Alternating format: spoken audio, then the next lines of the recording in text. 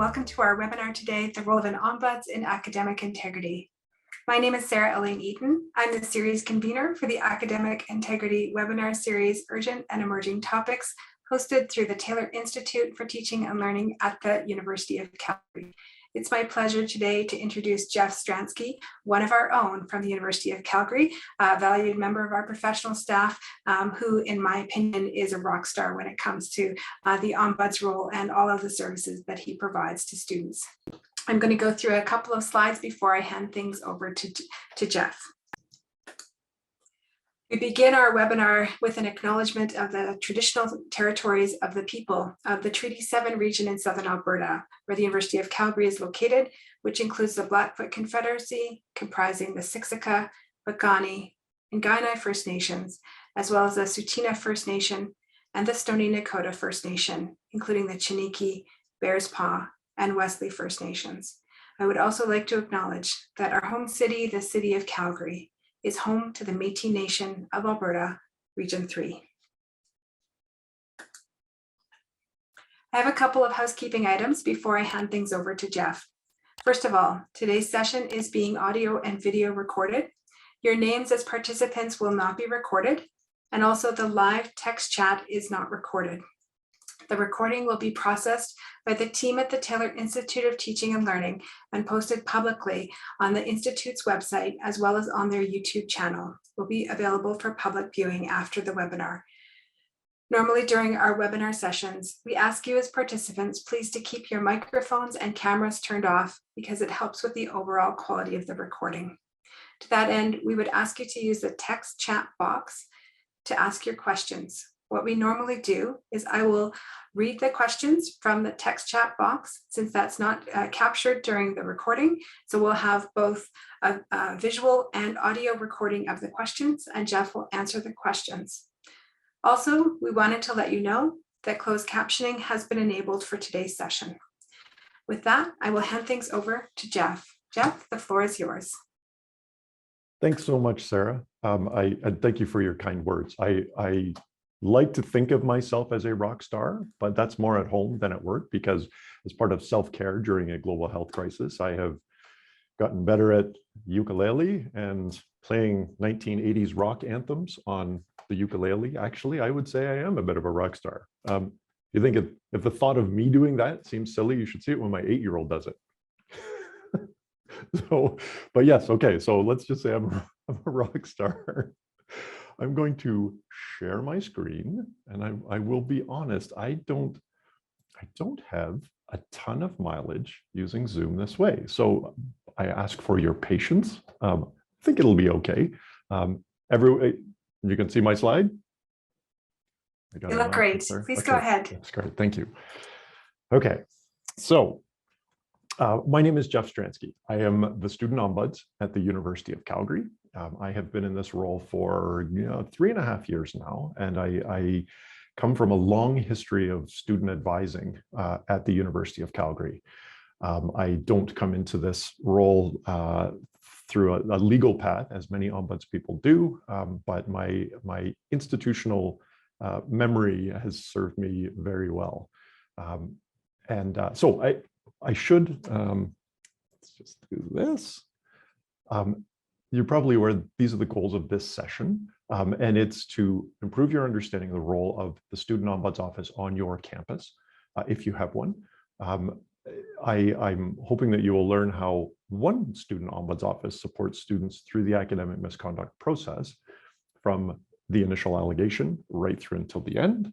And I am also hoping that I can enhance your understanding of what the student experience is as they navigate the stormy waters of academic misconduct.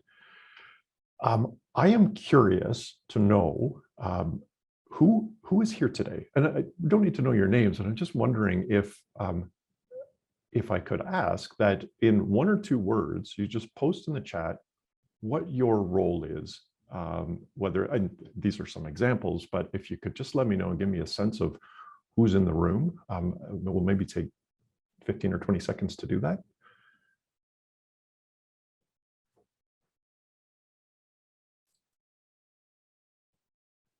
So I see misconduct advisor, academic integrity professional, student advisor, student assistant ombuds, academic integrity coordinator, student, master's student, ombuds. Oh, there's some ombudses. Okay. Teaching assistant, academic integrity professional. Okay, good. So it's neat that there are ombuds people here because, as I said, this is about one ombuds office. The experience of one ombuds office. So I may, not out of the question to the ombuds people in the room, I might call on you and say, hey, how does this work at your campus? We'll see if we get there. So thank you for doing that. That gives me a sense of the lay of the land. Just a ground rule and a few disclaimers. Questions, absolutely. I welcome questions from you at any point during the session. Sarah's going to do a little bit of traffic control with the questions that come in, but yeah, I mean, I've got quite a bit of content, a lot of words to throw out, and I want to make sure that you have a chance to ask clarifying questions or share examples as needed. A few disclaimers. First and foremost, I am not an academic integrity expert. And as this, when Sarah and her team came to me and asked if I would do an academic integrity webinar, my first thought was, yeah, well, great, I can. But everything I know about academic integrity, I have learned from Sarah Eaton. So I'm not sure how that's helpful. And she says, no. I'm interested in you sharing what the role of the ombuds is in this. So I guess I'm more of an expert as an ombuds person and less of an expert as in academic integrity. And yet I work with it almost literally every day. Second disclaimer is I have in no way been authorized to speak on behalf of ombuds people in higher education in general. So just throwing that out there. In fact, I didn't share it with them, share it with the ombuds world. And yet there is what's known as the Ombuds Blog that's managed by an ombuds person at a university in the US who posted this a couple of weeks ago. I did not realize, so that may be why there are ombuds people here. And most importantly, third disclaimer is I am one example of an ombuds. So at ombuds people at institutions of higher education generally do adhere to a basic set of principles, but every ombuds has their own style. Every ombuds office has its own character. And every institution has its own needs and regulations and policies and procedures. Great example of that is there's a polytechnic college down the street from the University of Calgary, and they have about a year ago they introduced their first ombuds office. Even just down the street in the same jurisdiction, same province, same city. That office functions quite a bit differently, and yet they adhere to the same basic set of principles. So just keep that in mind, that this is just one example of how an ombuds office works with academic integrity. So the basic principles of an ombuds office, the literal translation of ombudsman, I think, and it's a bit of a rabbit hole, but it's representative. And it's a Swedish word, which is why probably if you're looking at the closed captioning, it may not recognize it because it's a commonly misunderstood word. In fact, it's not uncommon that people think that ombuds is an acronym for something, which I correct them. And yet ombuds, Office of Mostly Bad Undergraduate Difficult Situations. I mean, that actually can work. But so an ombudsman or an ombuds person is a representative. Ombuds offices they carry the same basic principles, which is that they are informal, they are independent, they are impartial, and maybe most importantly, the conversations that happen in the ombuds office are confidential. This definition that you see here is it's from the standards of practice for the Canadian higher education ombuds professional organization. And it's actually really good. With a focus on fairness, equity, and respect, the ombuds person builds capacity to help the institution be accountable to its own value and mission statements. In working with individuals, the ombuds person facilitates fair resolutions that build trust and fortify the relationship between individual and institution. Because ombuds people or ombuds offices in different industries, organizations, government can have different roles. This is the definition I like to go with. I do find that I often explain what I do more based on what I don't do. I try really hard to not tell students up front, this is what I don't do, because there's nothing like being told to go to a different department. So I mean, what I do as a student ombuds is, more than anything, I listen, I acknowledge, I empathize. And that's where the confidential element kind of becomes very important. My office is a safe space for students to just kind of unload about stuff that is difficult when they don't know where to turn. So I do that a lot. And I do have this constant nagging voice in my brain that says, just listen, because often that's what people need most. It's my role to guide students through university regulations, policies, and procedures. I do that a lot. I can often provide a neutral, supportive presence to students who are navigating stressful meetings. That can include academic misconduct meetings with university administration. I also, more broadly, I watch for university trends, university-wide trends and patterns. And where necessary, and I'm very careful about this, I share those observations with the institution. I technically report to the vice provost of student experience at my institution, but it's a very dotted line. I have to be very careful because I'm intended to be an independent resource. And the closer that I get to university administration, the greater the risk that I start to erode trust with the students whom I serve. The things that I do not do as an ombuds, I do not advocate. And this, I believe, is common across all ombuds people. Ombuds people are not advocates. And this is specific to the University of Calgary, I generally don't initiate investigations. Some higher education ombuds offices do. To date, I have not done that. And because I am an office of one for a fairly large campus, it's U of C has 35,000 students, moving into investigation is not something that I currently have capacity for. And yet ombuds offices in general, there can be some of this when you get into government ombuds organizations or military ombuds organizations or media ombuds organizations. Investigation tends to be more their bread and butter.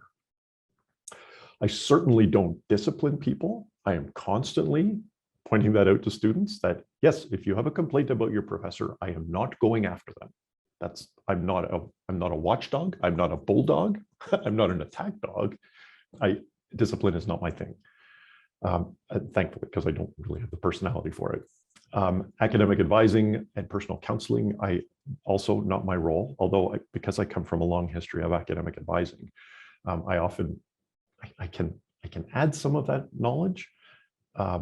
And legal advice is not something that I do. Not only am I'm not trained as a lawyer, that is not the role of my office.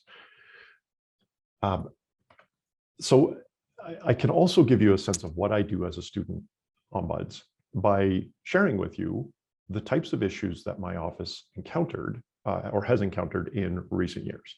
And so this is a breakdown of the issues that were identified to me by students from July 2020 to June 2021. And that's a full year within COVID. Academic misconduct with the onset of COVID became my number one issue. And you can see in the previous year, there were 66. The tail end of that year involved classes being pushed online. So that was actually even bigger. I mean, I think in years prior to 2019, 2020, it was between 40 and 50 cases a year that I would see regarding academic misconduct. So it's skyrocketed. And this is, so I'm a busy person because academic misconduct happens. And just for reference, and the academic misconduct cases I see are not necessarily indicative of the cases that are being reported because I don't see them all, but it looks like through the third quarter of the current academic year, it looks like things may be trending down, but it's not scientific at all. So I would not say that that's a done deal just yet. At the University of Calgary, we have an academic integrity programs coordinator. I kind of half thought that Leanne might be here today. She's not. That's okay. She's amazing. I think she's probably as busy or busier than me. Because of the existence of that office, I don't think it's a huge office, but there are a few people there. There is a department that does a lot of the proactive work regarding education on academic integrity. And so I don't need to do that. And I think, and other ombuds people in the room, you might be able to speak to this, I think that ombuds people generally don't take the lead on educating students on academic integrity, nor should they. And so the Student Ombuds Office at the University of Calgary is primarily reactive. And so students come to me when they have encountered a problem, and usually when they're scared. Most students do not reach out to me for assistance. And I base that on and I didn't put a reference here, but the annual report regarding academic integrity at U of C showed that there were 1,300 allegations formally investigated. Again, July 2020 to June 2021, 1,300. The total number that came to me was 198. And when I looked at that number, I thought, oh my gosh, I'm not doing my job. However, that 15% capture rate is actually twice what it was the year before. So things are trending in the right direction. I do not have capacity to talk to 1,300 students about academic misconduct. Again, I'm an office of one.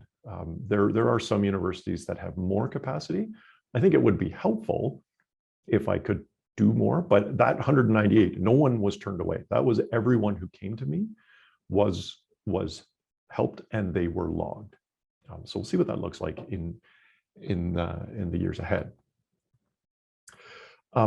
I should share that a strong student academic misconduct policy and procedure has proven to be extremely helpful for me as I guess a relatively new ombuds person. And again, not scientific, my general sense among the ombuds community, among Canadian universities anyway, is that it's a bit of a mishmash from a policy perspective. Some universities, just based on the sort of the anecdotal information that I hear, is that universities are not always really clear in how to deal with academic misconduct. And that's something that I think has probably changed very quickly over the last 2 years, because there has become an obvious need to be on top of this. And the best way to deal with a lot of these situations is to have good policy and good procedure to fall back on. And so this is a snippet from the University of Calgary Student Academic Misconduct Procedure. And it's very detailed on what should happen. And because the policy and procedure is now going on 3 years old, and because there's a lot of really great communication that happens between faculties at U of C, there's a lot of consistency, and these are followed very closely, which is really good and really helpful from a student perspective, because a student who can access this procedure, even without the help of the ombuds, can see what should be happening. And these things do happen. And so if you're at an institution that does not have a really strong policy framework, that is something that really, from an ombuds perspective, it makes life a lot easier. So when a student engages in, when a student is engaged by the academic misconduct process, so when a student is caught, or there's suspicion of academic misconduct, the faculty contacts the student and says, we've received a report of suspicious activity pertaining to academic misconduct in this course. Sometimes there are basic details that are shared so the student knows what it's about. And then there's an invitation for the student to meet with an investigator, which is usually a representative from the department or from the faculty. In that communication, which is an email communication, the student also receives a letter from me. It's a PDF of a letter that I put together, because that initial allegation can feel pretty ominous. And so it's balanced at U of C with this letter from me that says, okay, so here's the deal. and it's not it's intended to counterbalance and just provide some clarity on what this means in sort of student terms and what resources are available. And what I explain in that letter is that this is a fair process, that you should relax. And I actually use the word like relax. This is more about education than it is about punishment. And that's the angle that the University of Calgary takes, which again is, I think it's really positive. It's very student focused, and it's just better. I think it's a better approach. I tell students not to worry in this letter. I tell them not to worry about a showdown with the instructor, which is important because often the only thing that they've heard is from the prof who's angry or kind of crusty at the fact that the student tried to, or looked like they tried to pull a fast one. And so it's once the instructor has reported it, the instructor is then not involved. And so I just point that out to the student. I also guide students and say, listen, the best thing you can do is be honest, and that outcomes can be worse if it is obvious that you are distorting the truth or you're not otherwise being transparent. I also point out to them, this is not the end of the world. That's sort of the tone of the letter, because it feels like most students, the majority of students, when they receive an allegation, they actually do think it's the end of the world. It's kind of striking, actually. There's a whole bunch of psychology that goes on there, and I don't understand it. And yet, if I think back to my 20-year-old self, I'm thinking, you know, I was a pretty good kid. I was a good student. If I had received an allegation like this, yeah, I may have thought that it was the end of the world too. And lastly, in this communication, there's an invitation to connect with the student ombuds. And because a letter does not, I mean, it addresses a lot of the stressors, but ultimately a conversation can be much more helpful. So when a student first reaches out, I've got this image of the most common emotions that a student experiences when there's an allegation of academic misconduct, and down to the less common one. So it seems like everyone is scared. And that's not because U of C has not been careful in its wording. It's just because it's like, well, you have to use the word misconduct if it's academic misconduct. And so students are scared. Sometimes they are confused because they genuinely, and this is more undergraduates, they may genuinely not understand what they've done wrong. They might absolutely understand what they did wrong, in which case they're often very embarrassed about it. And they're really sad because they think that they've ruined everything. And their academic future is in jeopardy. Less common are the students who come in defiant or blatantly planning to be dishonest, or just bracing for a fight. I'm going to fight this. You can't do this to me. Do you know who my mom is? And fortunately, those are not super common. And those are the ones I really try and dial those back, because being defiant, being dishonest, or being hostile through this process does not serve students well. So I take it as my role as ombuds to orient students to the student academic misconduct process. And actually, maybe before I go too much further, does anyone have any questions to this point? I can totally keep going. I just want to make sure I give the opportunity. We don't have any questions written in the chat, but maybe we'll just give folks an opportunity to ask questions if that's okay with you. Sure, yeah. I'm afraid that I'm just going to keep going on and on and on, and then we'll get to the end and I'll be like, oh man, I didn't give people a chance to ask a question. Well, if it's any consolation, can only speak for myself, but I'm riveted, just learning more about your role, what you do, and how you support students. So others may be in the same boat. Yeah, you know, it's not hard for me to talk about this, because I've had this scenario play out so many times in the last 2 years.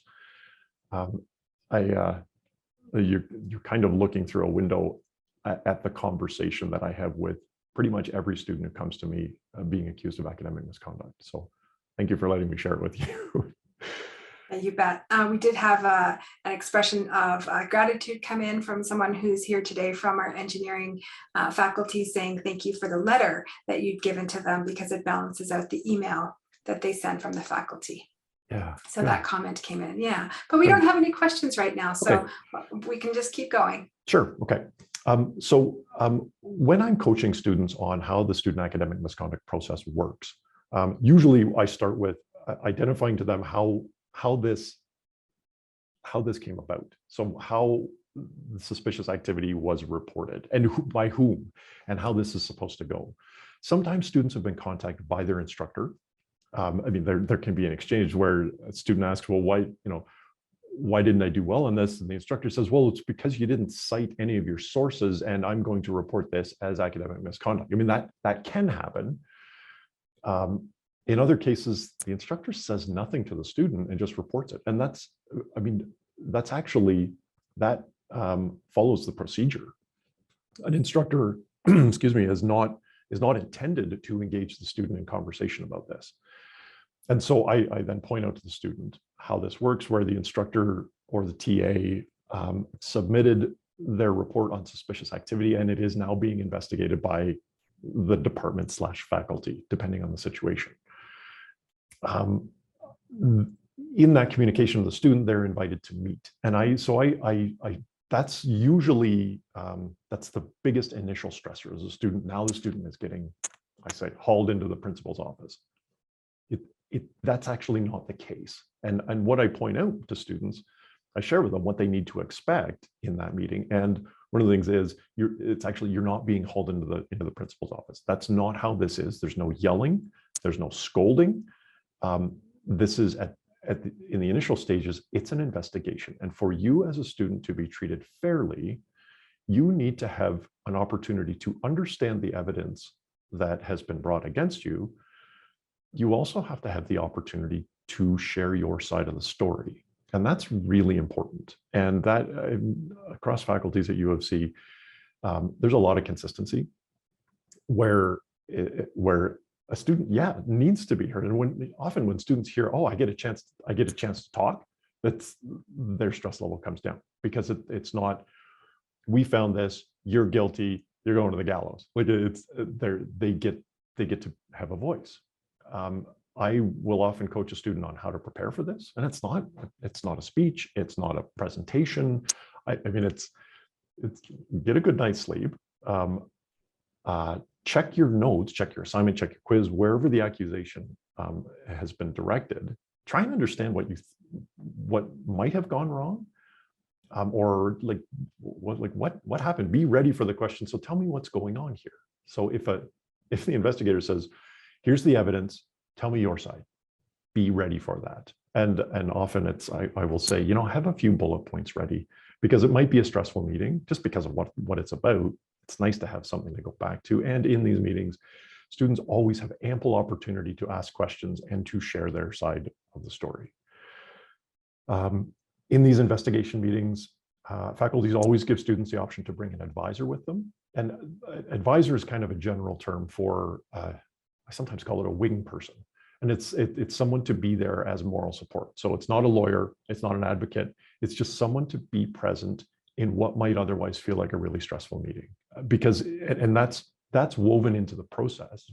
It's part of the procedure.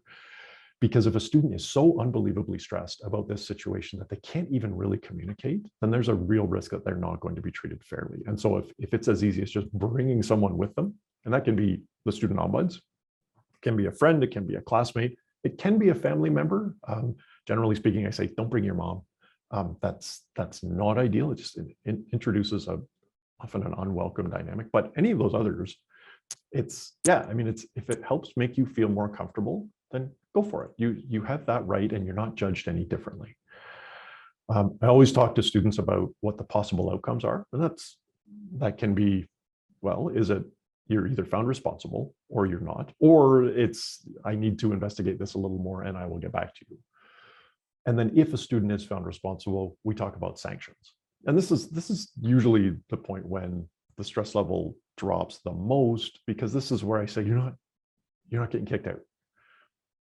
In most cases, and there are the cases where students cease to be a student are extremely rare. And so I can say with confidence, especially if I've established that this is the first time this has happened to a student, you're not getting kicked out. You are going to be a student still after this process is over. And that's the point where the weight is lifted. And And that's where I think, man, if there's one thing I need to tell students, if I'm allowed to tell students in this situation one thing, you're probably not going to get kicked out is the one that's the biggest win. That's the lowest hanging fruit. In terms of what happens next, I guide students on what's going to happen after this meeting. So there may be conversation in this meeting about what the outcome is going to be, depends on the faculty and how they administer this process. But ultimately, there is a formal decision letter that they receive. So there's no guesswork. They watch their inbox for the letter to come in, and that's the letter that can trigger other options, including just saying, yeah, okay, I'm satisfied. I need to do what these sanctions say I have to do, and I move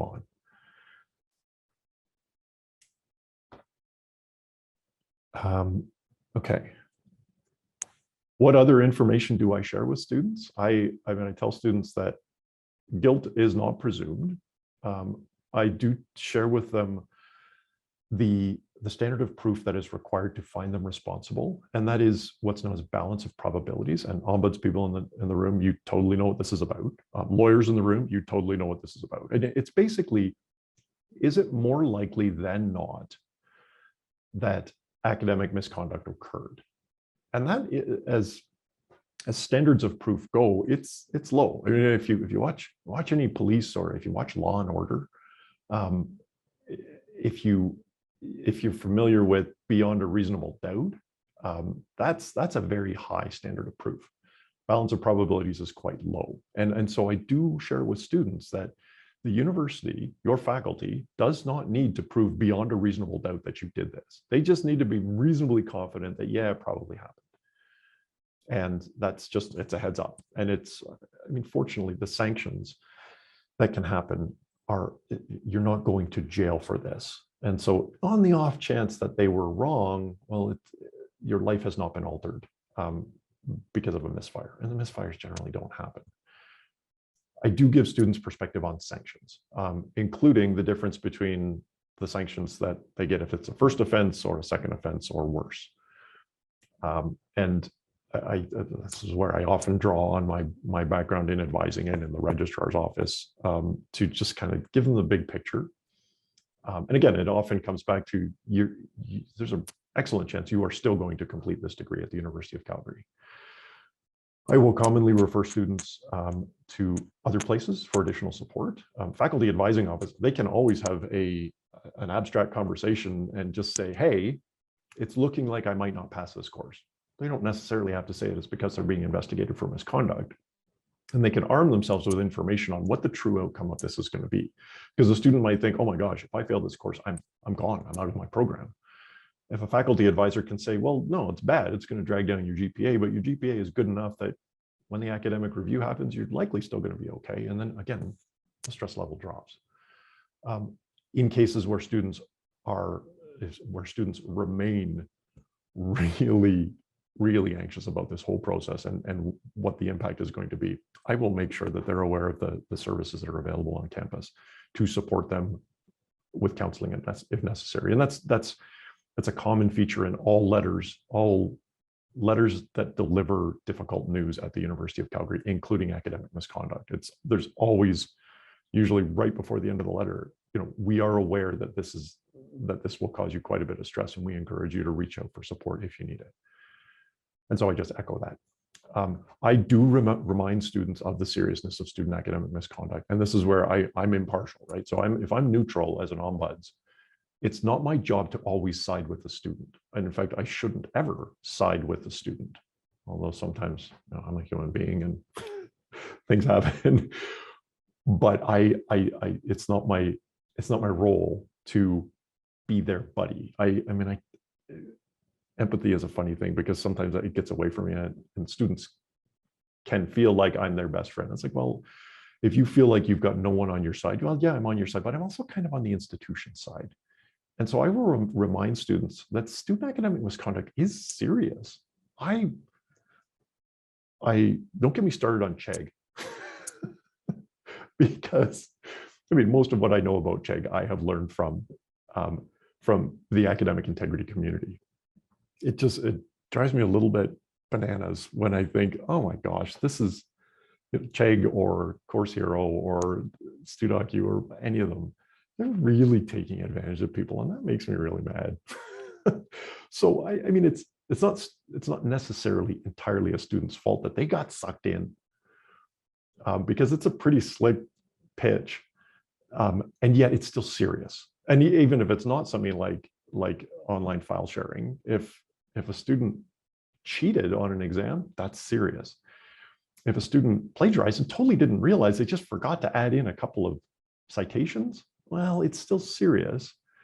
But regardless of what the offense is, I cut them slack, and I say, you might never have learned, and this is something I've learned from Sarah, is that students may never have really learned of how important academic integrity is in high school.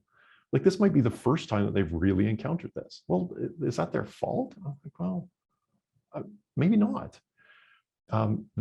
Students are not bad people for doing this. Sometimes they feel like they're being labeled as such. It's just, and it's not that there's anything that leads them to believe that. It's just, that's where their minds go. And I say, you're not a bad person. And the university, associate deans, investigators, whatever, they will say, you're not a bad person. There's one investigator in our, I think they're in our computer science department, and he's a professor, and he's so super gentle, and he tells stories about the mistakes that he made when he was an undergrad. And it's really great, because it's, again, it's just underscoring the fact that this happens.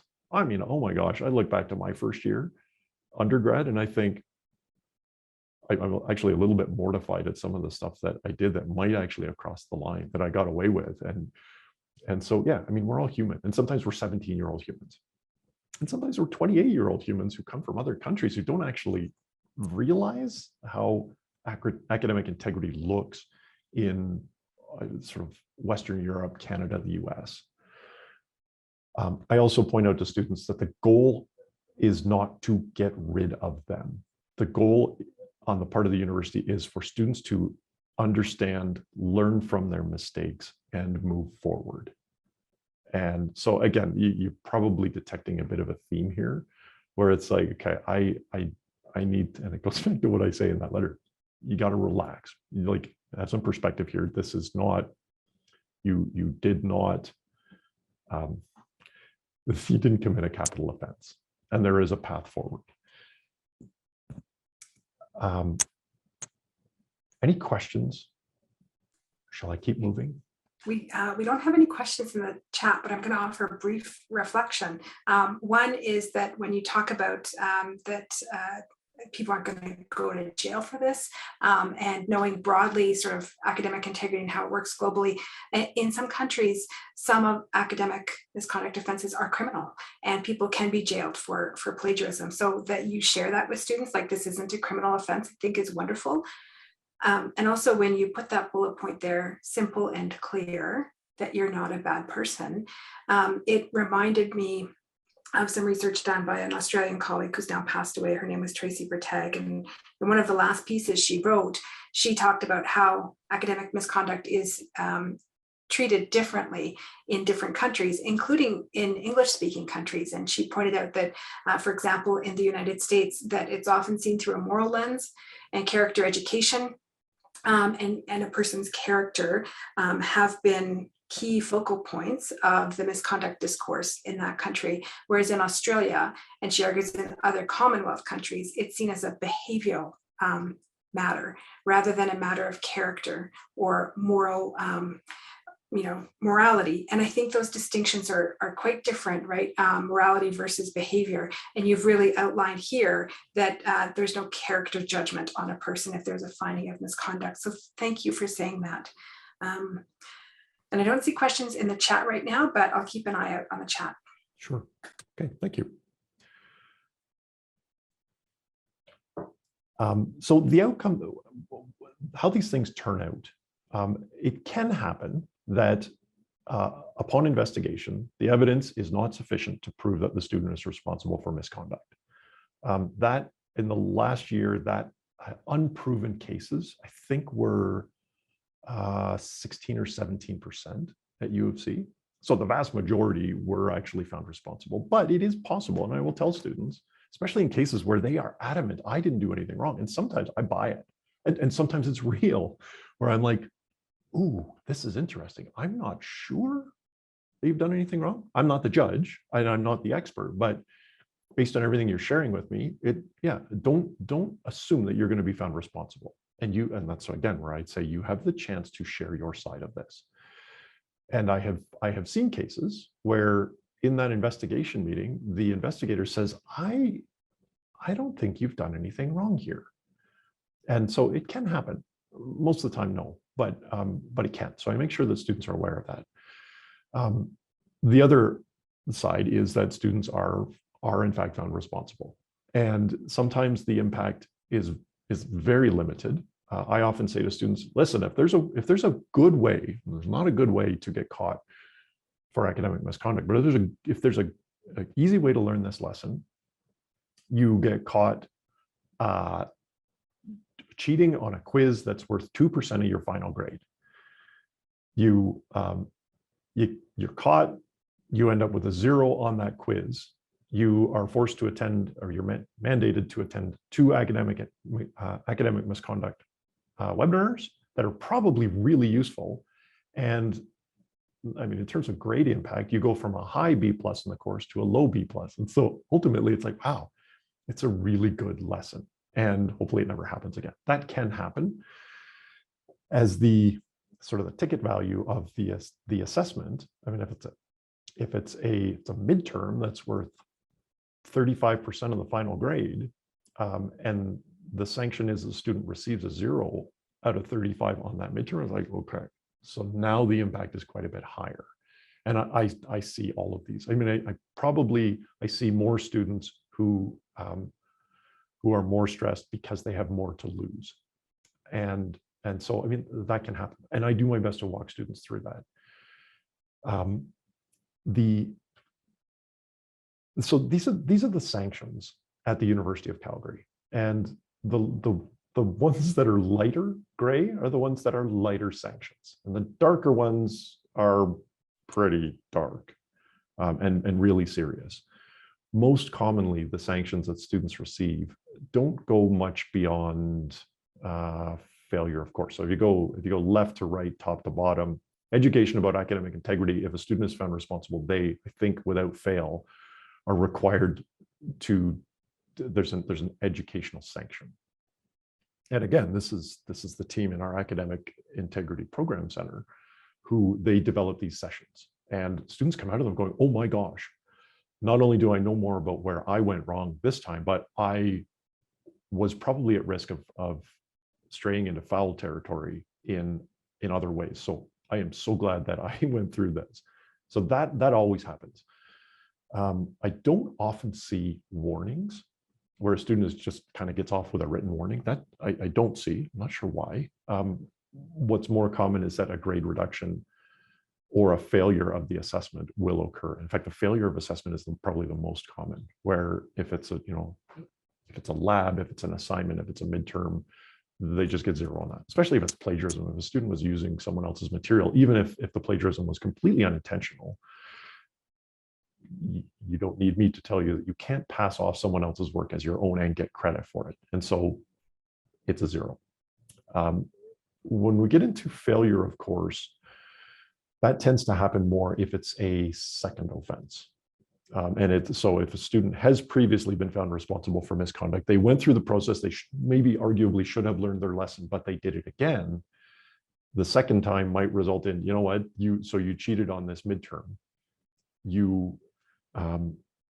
It's not just a 0 in the midterm, you actually receive an F in the course and you're done. And that hurts because now there's a dollar figure attached to it. If it's a domestic student, it's maybe $600. If it's an international student, it might be $2,000 or more. And that hurts. And it's an F on their record. Well, and that can have other impacts. Disciplinary probation, again, that's something that happens more with a second or later offense.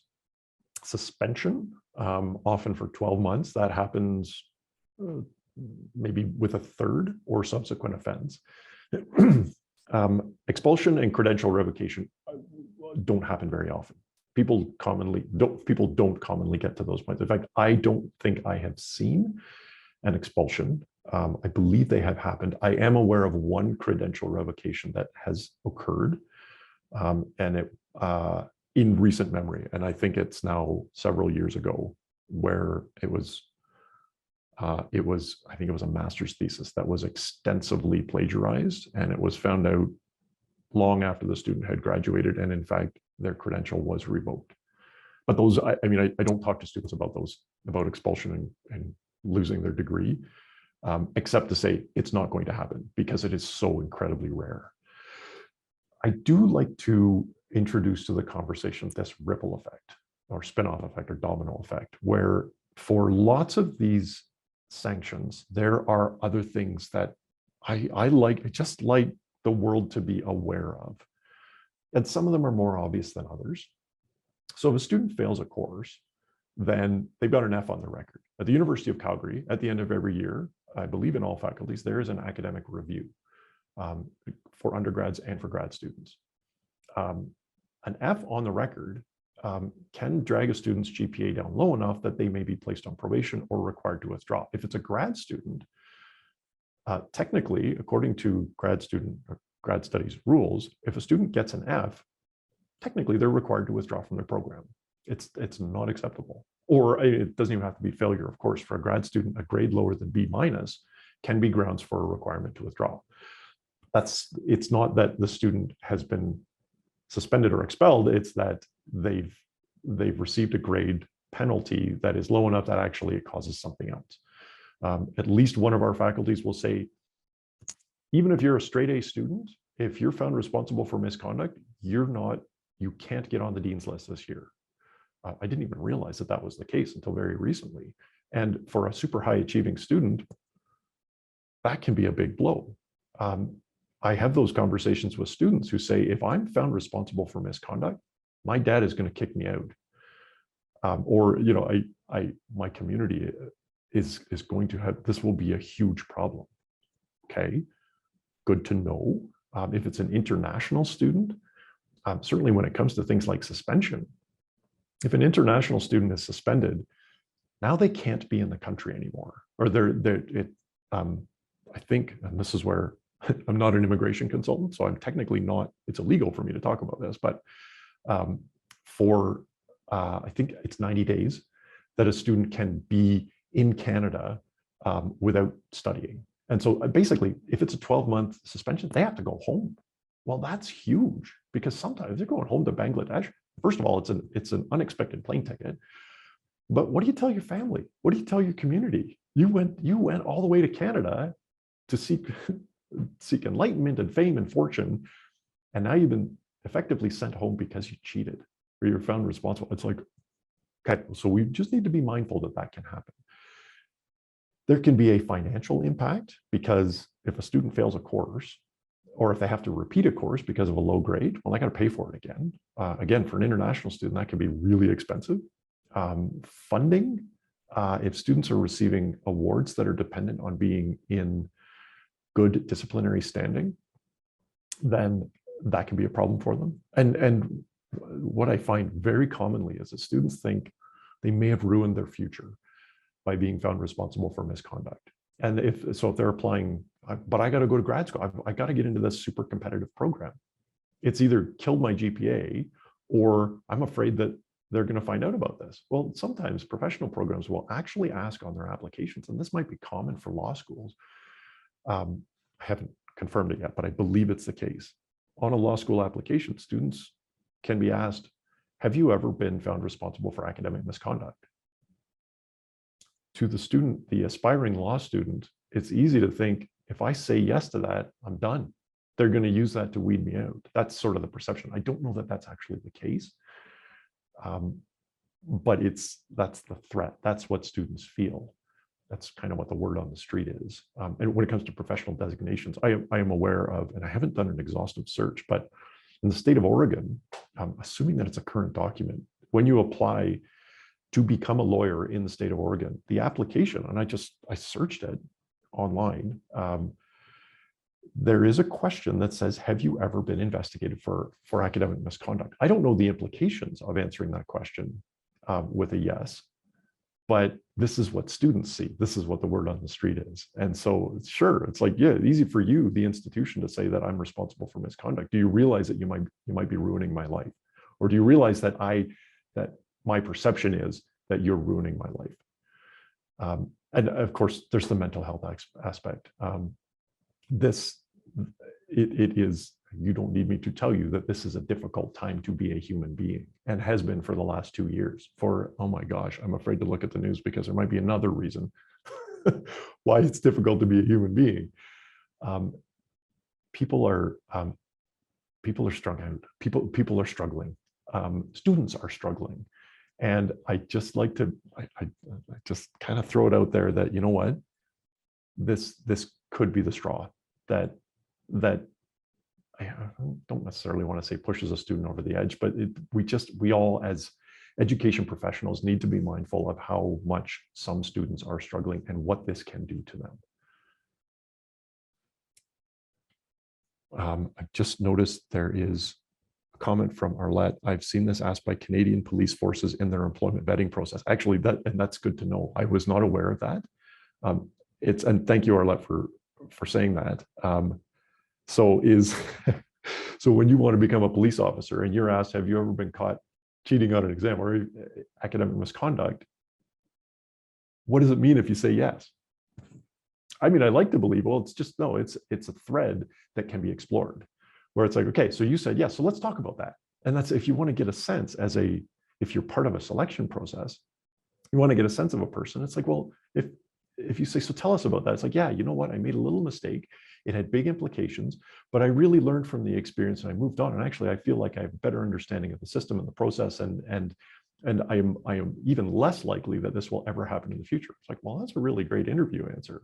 I just don't know how a police service or a grad school admission committee or a med school admission committee or a law school admission committee, I don't know how they handle it. There might be potentially a whole bunch of research that could happen there. And also, what happens when students disclose that this has happened? Sarah, maybe you're working on that. There's so much work to do. And I was also just noticing in the chat that we had another comment about going back to the law students, that that they're typically given an opportunity to explain what occurred, and it could bar their acceptance, but not necessarily. So I wanted to thank our participant for that additional insight.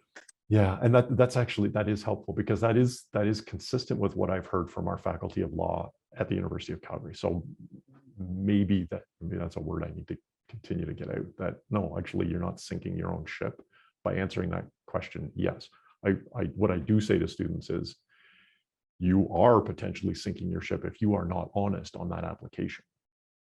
That's never recommended, and participants might agree. Oh yeah, never tell a student to lie on an application.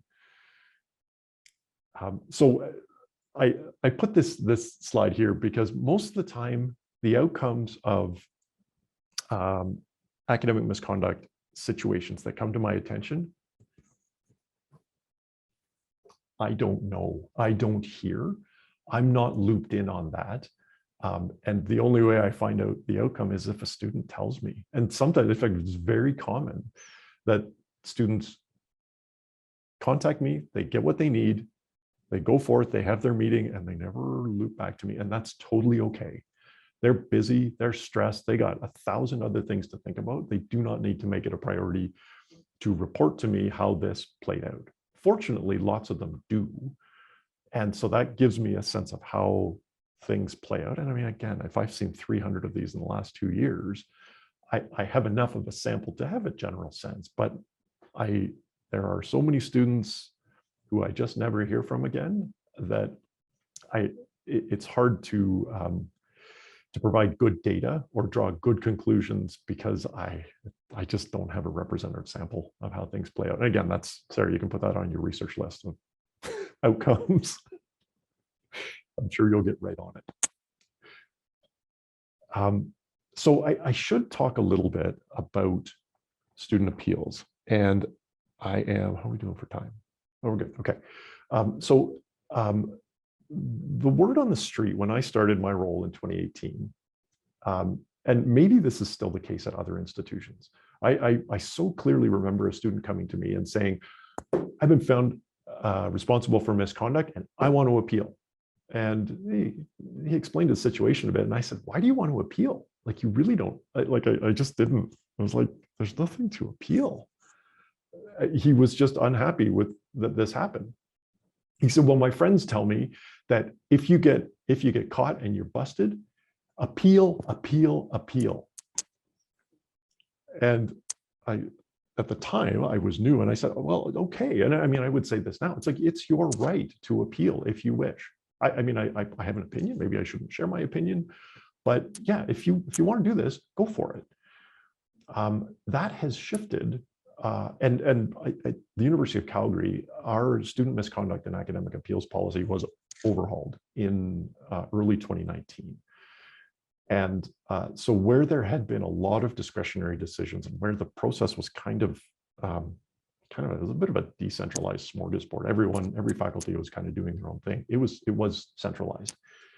And it was then everyone had a common rule book to go to work from. And that's our student misconduct and academic appeals policy. And it's all about the grounds. And if a student doesn't have grounds, then an appeal is not viable.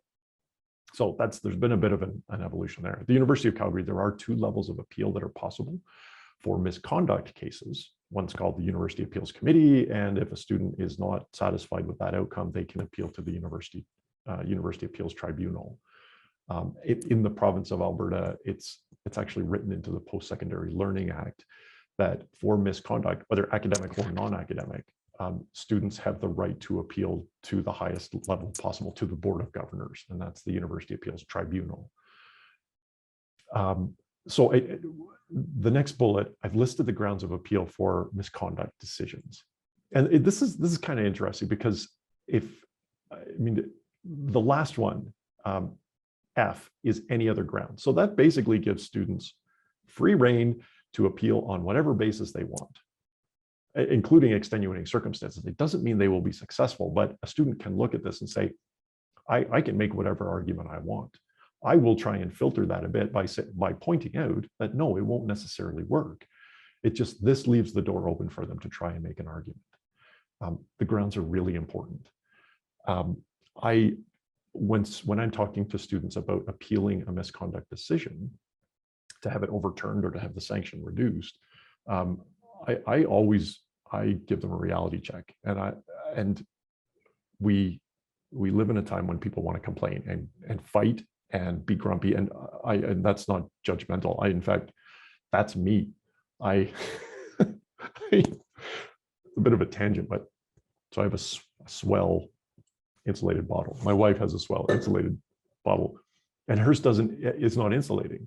And I was almost looking in the mirror going, why am I getting so grumpy about this? And it's like, oh, because I'm not immune to what's affecting everyone. That's a whole, you got to go to the sociologist to explain what exactly is happening in people's minds, or the psychologists. That those labs are running overtime, just like Sarah's lab is. But I despite the fact that a student might really want to fight, I say, okay, so here's what you're getting into if you want to appeal. It's going to take time. It's going to take effort. It's like an extra assignment. It's not like a full-time job. It's not like a part-time job. But this is an extra assignment that you're going to have to do, and you've got 10 days to do it from the receipt of the decision letter. So just think about that. Think about what else you've got going on. Because if you want to fight this to get your 10% back on the assignment where you're convinced that you did nothing wrong, if that comes at the expense of other coursework that you've got going on right now, maybe it's not worth it, even if you're right. The appeals process can be stressful. The stress level spikes when I use the word hearing. You could have an appeal hearing. And they're like, what is that? And I'm like, well, it's there. In some ways, it feels like a courtroom. It's not intentionally stressful, but this is an environment that you're not familiar with. I can be sitting right beside you to help you through that. But ultimately, it's you who has to answer to a panel and probably respond to questions from your faculty. So bear that in mind. If there's no guarantee that a student gets to that point in the process, but sure, it can be stressful. And maybe it's happening during the exam period, or we generally, U of C tries not to do that, but people's lives are busy. People's personal lives are busy. There's COVID. Like there's all kinds of things. It's like, and so you will be walking into a bunch more stress. Appeals are commonly unsuccessful. I mentioned the balance of probabilities. It's like, no, they don't actually need a lot to find you responsible. And the balance of probabilities applies to appeals as well. And so you could go through all of this, and I suppose you walk away with the satisfaction of knowing that you tried everything, but was it worth it? Students do not get appeal decisions right away because the process actually takes time. The process at U of C is actually, I don't have a lot of comparison with other institutions, but it's not slow. There's a reason why it takes time, because people need to be able to respond. The student needs 10 days to be able to submit.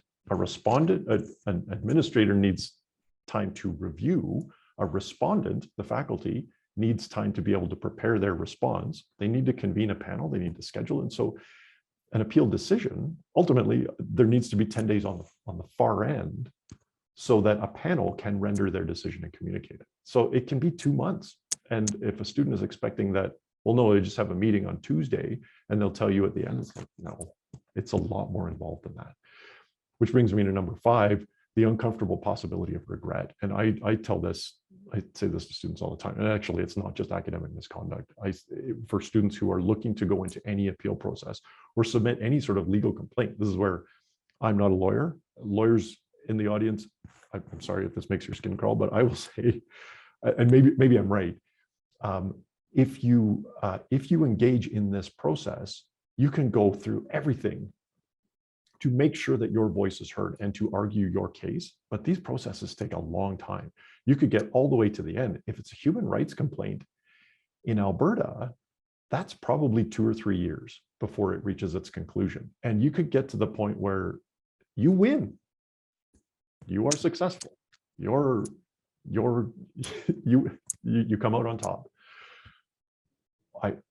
What I caution students about is you don't want to get to the end of that whole process and find out that even though you won, you lost, because you don't want to look back and go, why?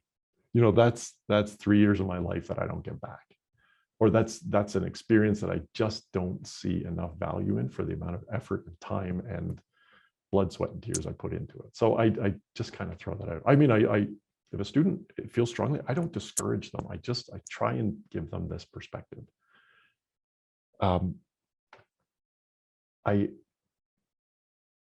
Everything I've described so far is how my work as an ombuds regarding academic integrity is reactive. I shared earlier that I watch for patterns and I report them when I see them. And it doesn't happen very often. And part of that is I'm swamped. I am a single ombuds person for a large campus.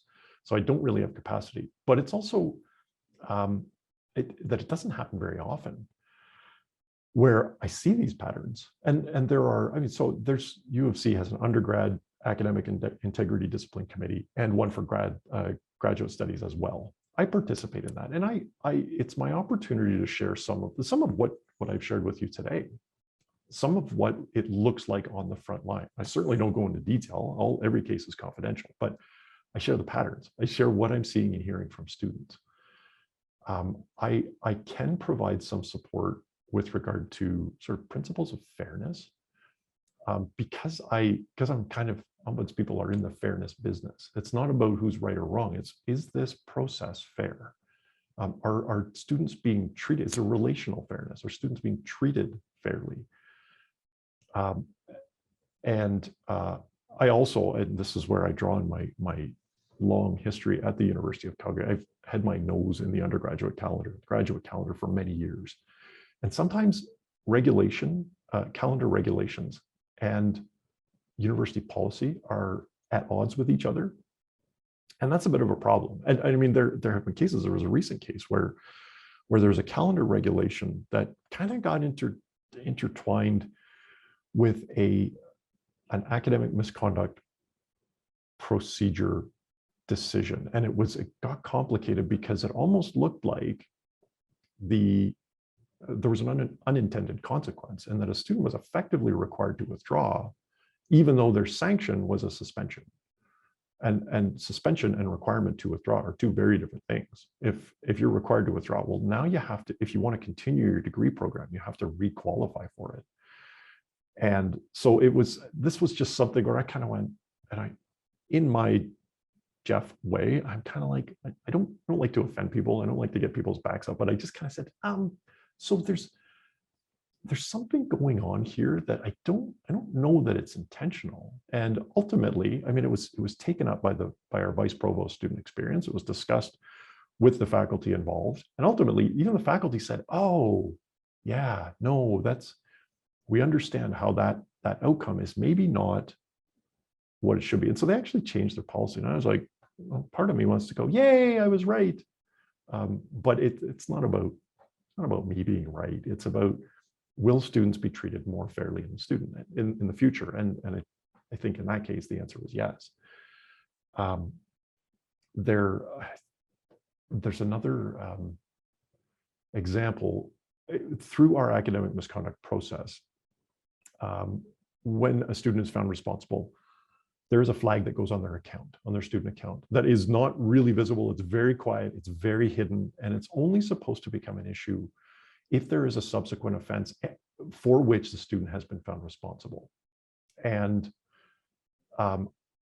one of my concerns has been that maybe that information gets accessed too early. And so if a student is found responsible, or a student is being investigated for academic misconduct, it should not be part of the decision, the finding of responsibility, that they've done it before.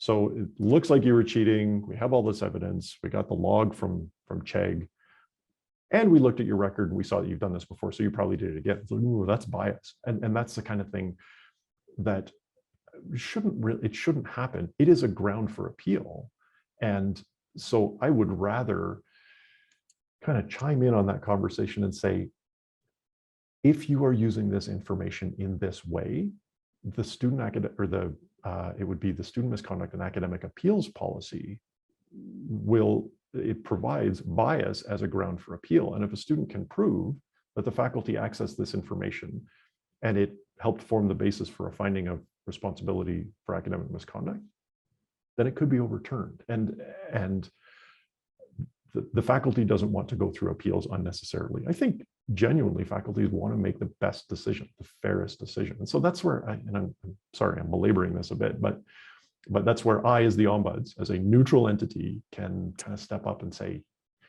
you might want to look at this, because this may not be, this may actually cause more work for you. Nobody likes to go through appeals. Students certainly don't, faculties don't. It's a ton of work. So if I can help streamline things and make it more fair and easier for everyone, it's like, great, the world's a happier place. And so again, I've already mentioned, the other thing that I do is I share my perspective on the impact of a misconduct allegation on students, because I mean, a professor, an associate dean, a department head, they don't necessarily see the student when they're crumbling. I commonly do. It used to be that happened in person, and I have lots of Kleenex around my office. But students feel that they can open up to me in ways that they can't open up to others because of the nature of my work as an ombuds. And I don't share details, but I do share that this hits hard. And I just feel like that reminder needs to always be there. That may be the end of all my words.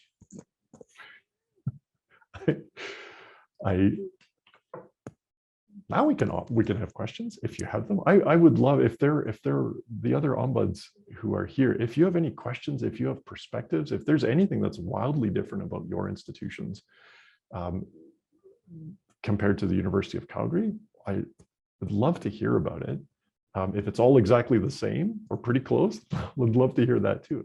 It's sometimes reassuring for me. I'm a bit of a lone wolf. Ombuds people can be kind of lone wolves. It's like, well, I can't be anybody's friend.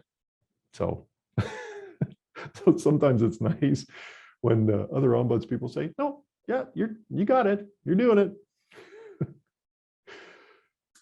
Well, that may be true. And now for our participants who are here with us, I'll invite your questions and comments through the text chat box that's available to you in Zoom. And I will say, Jeff, that even though you say you can't be anybody's friend, you can be universally appreciated. And if there's one thing that's become clearer to me through your presentation is that, man, you are worth every penny that the university pays you and all the resources we put into your office, just knowing the hundreds of students that you support through your role every year. So I have a question to get us started, and it would be this. If we had folks here today with us who were considering starting an ombuds office at their institution, maybe they don't have one, but they're not sure, and resource allocations, all of those kinds of things. What would your advice be to someone in the position of trying to advocate for an ombuds role at their university if they don't currently have one? I guess the obvious answer is the Association of Canadian College and University Ombuds People, ACCUO, ACCUO, it's accuo.ca.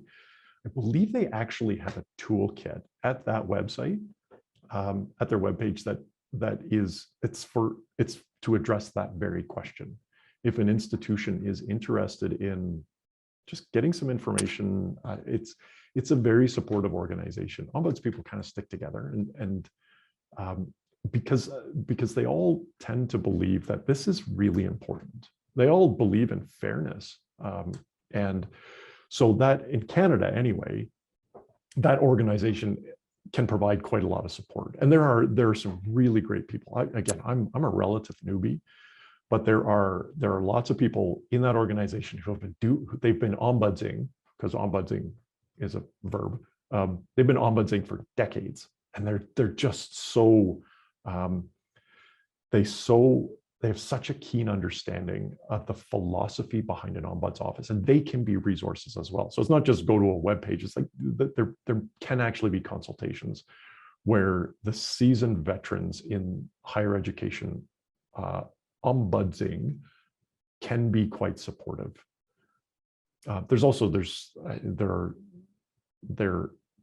information that can be accessed on sort of how ombuds offices work at different campuses and what the measured impact has been. Well, that actually segues nicely into a comment question that's come in from Laura in the chat box.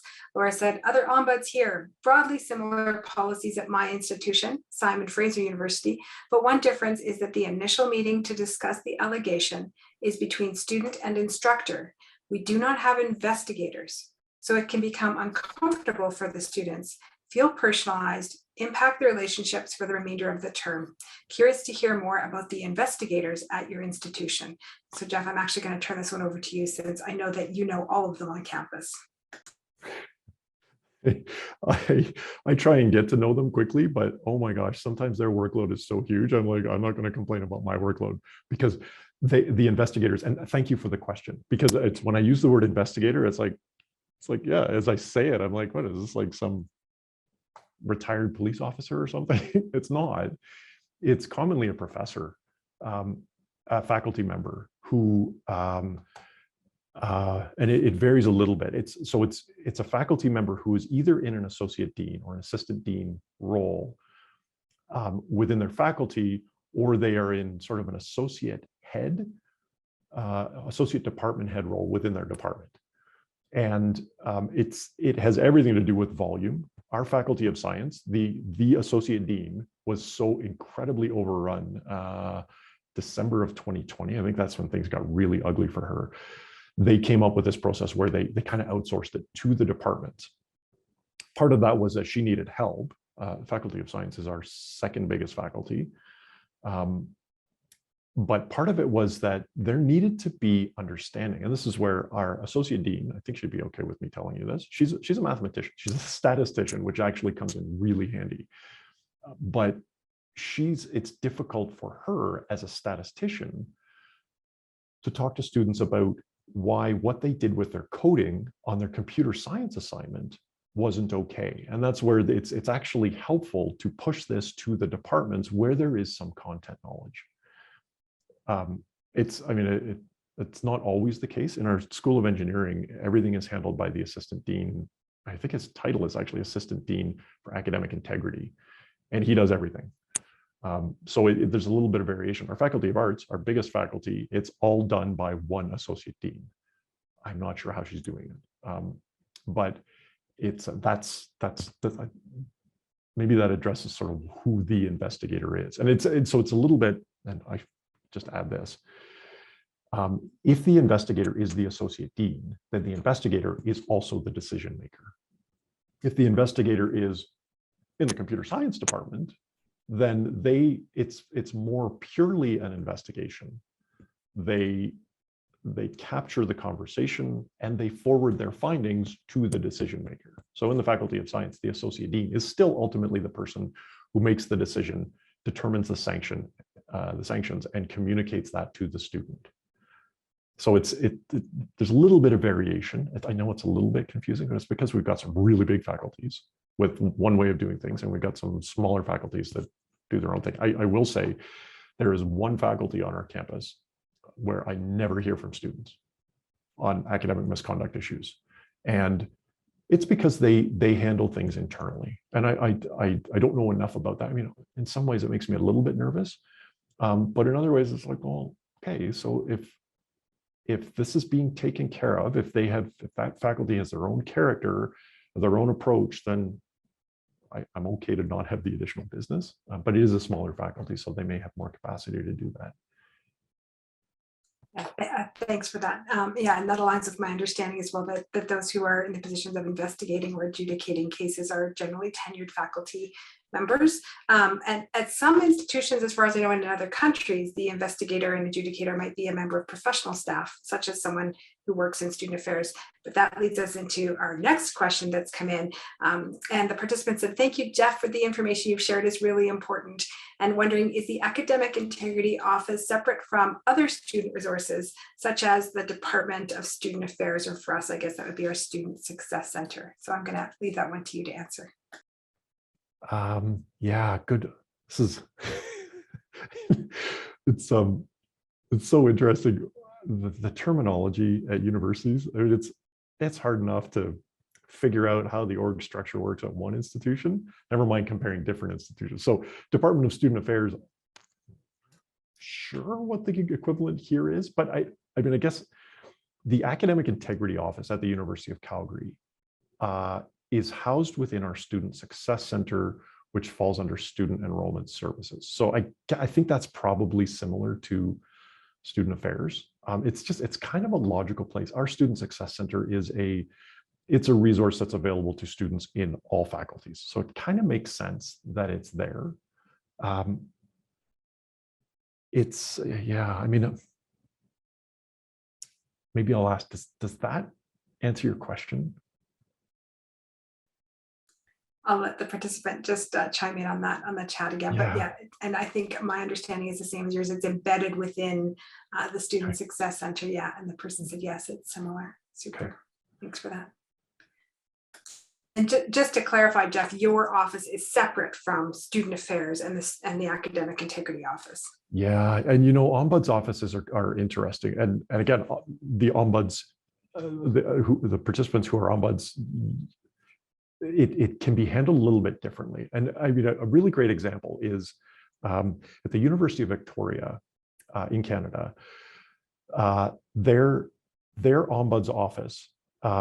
If you Google UVic ombuds, and you go to a website, you will notice that it's a separate website. Like it's separate from the sort of the UVic protocol. If you go to my website, it's ucalgary.ca/ombuds. And so it's different institutions assign different levels of importance to the independence. I think Ryerson University is another example in Canada that they work really hard to keep the ombuds function separate. So you can see that I'm in an office. I am on campus, and I am housed. I'm actually, I'm really close to the office of an upper administrator. There can be problems with optics. I try to be really careful, and to her credit, the vice provost student experience at the University of Calgary, who technically is my boss, she is so incredibly good at doing this, pushing me away and saying, no, you are independent. You have to be independent. And so it's not that I can't be seen with her. It's not that I can't be seen with my office adjacent to hers, but I'm constantly reminding students that no. Nobody is looking at my database. Nobody is looking at my email. And I'm not talking to anyone about your case. And that's really important. And some universities, again, Ryerson and UVic to an extent, they have other clues that no, we are independent. When we say we're independent, we really are. And there are times when I've been questioned, it's like, yeah, but how independent are you? And I'm like, hey, that's a fair question, because the vice provost is right over there. Like, and so for me to say, no, I never talked to her. Well, it's like, that's not true. She signs my paycheck. So there is room there for people to raise concern, and there's just different ways to demonstrate it. But in practice, no, that confidentiality to the ombuds world, to ombuds people, that is so incredibly important that there are many cases where ombuds people will fight tooth and nail to not give up information to the point where, and this horrifies me a little bit, but to the point where they'll actually go to court. And I'm like, well, if that happens to me one day, do I have to get my own lawyer? Because I can't go to university legal counsel, because that would not be independent. It's like, so it's a bit of a thought experiment. And I have enough other stuff to think about right now. So I've got enough other stuff to worry about right now. I try not to lose too much sleep over that, but I don't know, depending on how long I'm in this business, maybe I'll get my turn. Well, thank you so much for sharing your insights and your wisdom with us today. I have learned a ton.